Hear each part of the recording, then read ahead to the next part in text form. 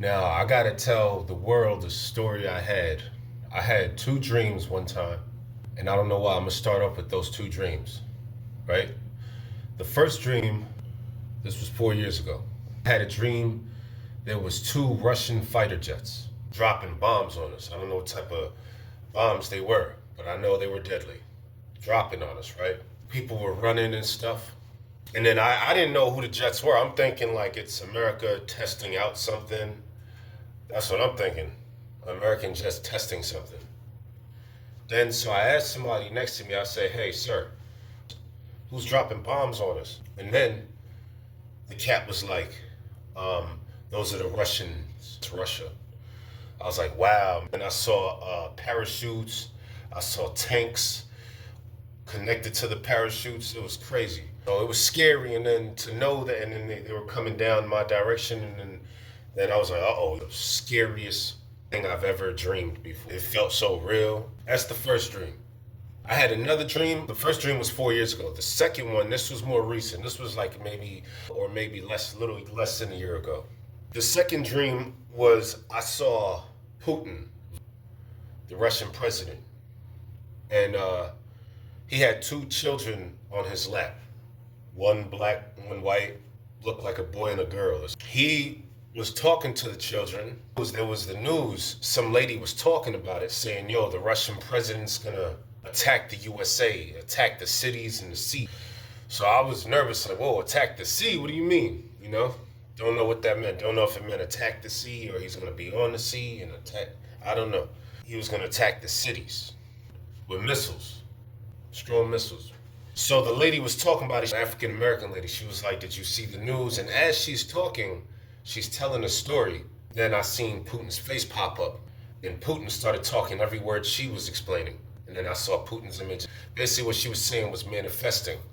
And then he told the two children, I didn't want to take it this far, but those political leaders kept on pushing my buttons.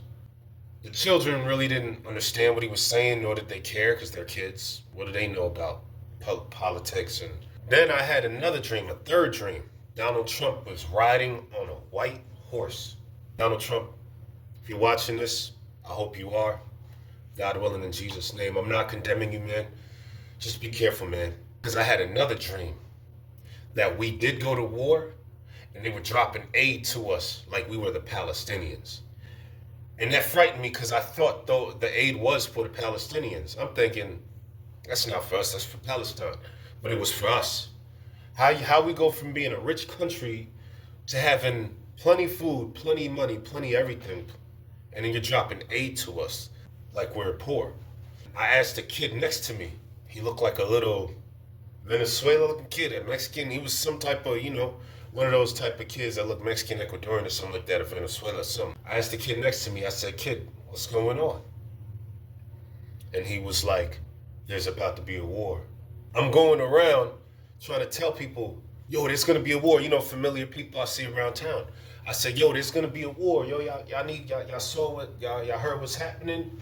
How they dropping aid to us, and these people was not listening to me. They was like, they even said these words to me.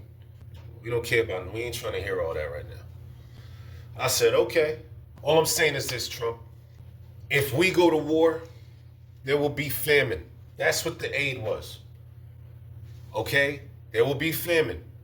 Don't lead us into war if it's not necessary, man.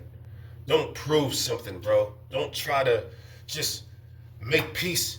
Trust in Jesus, do everything Jesus' way first, not your way, because it's really a spiritual warfare. This is not really a physical warfare. It's somewhat, but it's not. Don't do things in your flesh, do things by the Spirit. And the more you pray to Jesus, the more you seek Jesus, the more he fights the enemy, the more he humbles the enemy. When you fight in your flesh, you only make the devil stronger. You only make the enemy bigger. You only make the enemy increase. Only time you fight in your flesh is when you're cornered. But don't fight in your flesh because you think that's the main and final resort.